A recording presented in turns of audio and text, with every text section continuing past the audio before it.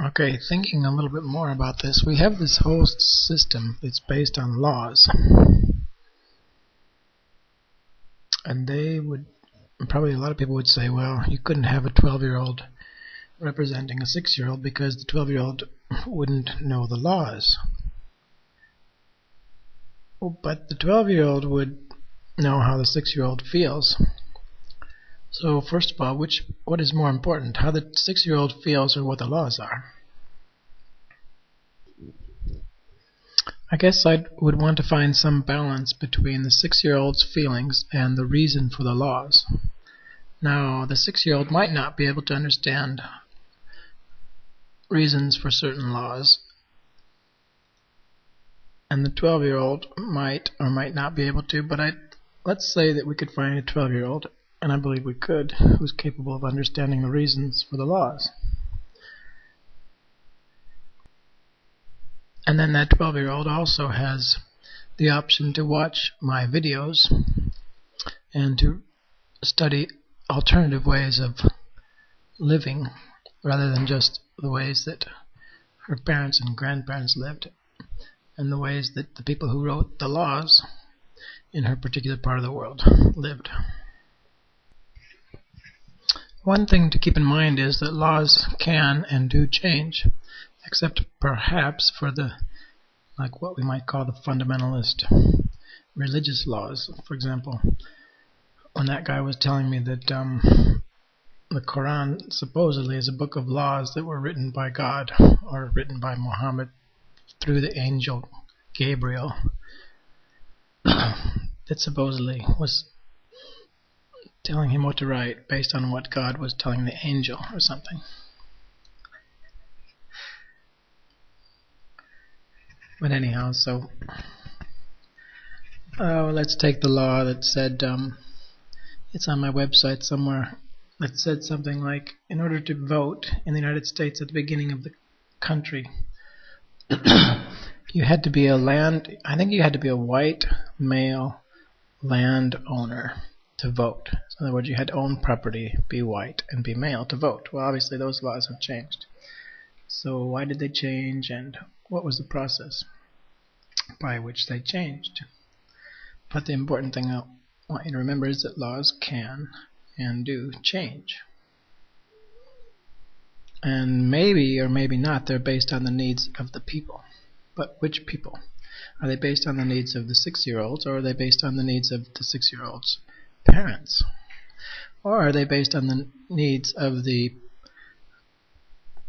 political or military or industrial leaders who the 6-year-old's parents work for, or have to obey, or are bribed by, or whatever?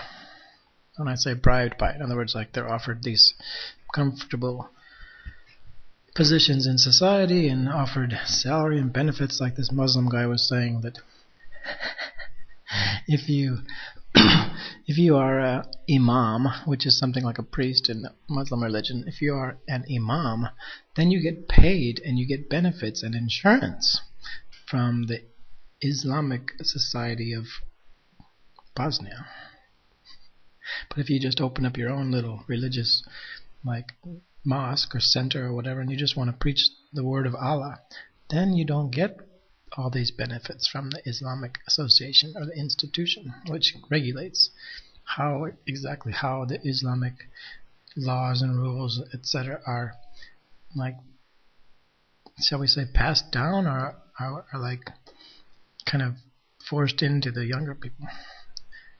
Maybe not forced, but like what's the word?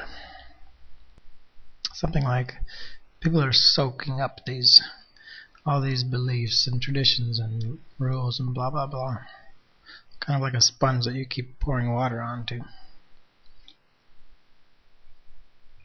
Except you're not really pouring it, it's more like drop by drop. And then later, when the sponge is all wet, you might ask the sponge, like, how did you get so wet? And they might say, I'm not wet. This is just the way I always was. This is like, it's natural, this is normal to be wet. But actually, when you were born, you were just a dry sponge. That's maybe a kind of helpful analogy, because if you think about, let's say you take let's say a neutral colored sponge, or a white sponge, let's say, and then you put this sponge in a society which colors their children or their young sponges with blue water. So drop by drop, they change the color of the sponge to totally blue. So now you have a blue wet sponge, and all these blue wet sponges think that it's normal and natural to be blue and to be wet. But in another society, you have these brown wet sponges. In another society, you have yellow wet sponges. In another society, you have green wet sponges. And they all think this is natural and normal. And they want their children to be the same color, and they want their children also to be wet. But then let's say someone actually does a study of sponges before someone starts dripping blue or yellow or green water on them, and they find out that sponges pretty much all look alike all the way around the world, and they're all kind of this neutral color. And they all have the ability to soak up water of different color. And then they start to tell the sponges that, hey, you know what, when you were young, you weren't wet, and also you weren't green, or you weren't blue, or you weren't yellow. Then what would happen to the world order?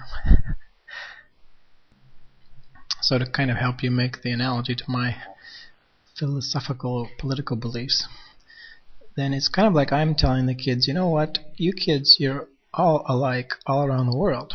And when you were young, you didn't believe in Allah and Buddha and God and Jesus, etc., etc. All these beliefs were kind of like dripped into you one drop at a time by the people around you. And also, you didn't believe in killing people. You didn't believe in creating armies and nuclear weapons when you were young. And also, when you were young, you didn't need Coca-Cola, you didn't need perfume, you didn't need makeup, you didn't need jewelry. You didn't need ties. You were happy without all this stuff. So I think that's enough for this little seminar on our New World Order. So, good night, maybe for now. Maybe I'll have some more to say later. Maybe not. We'll see.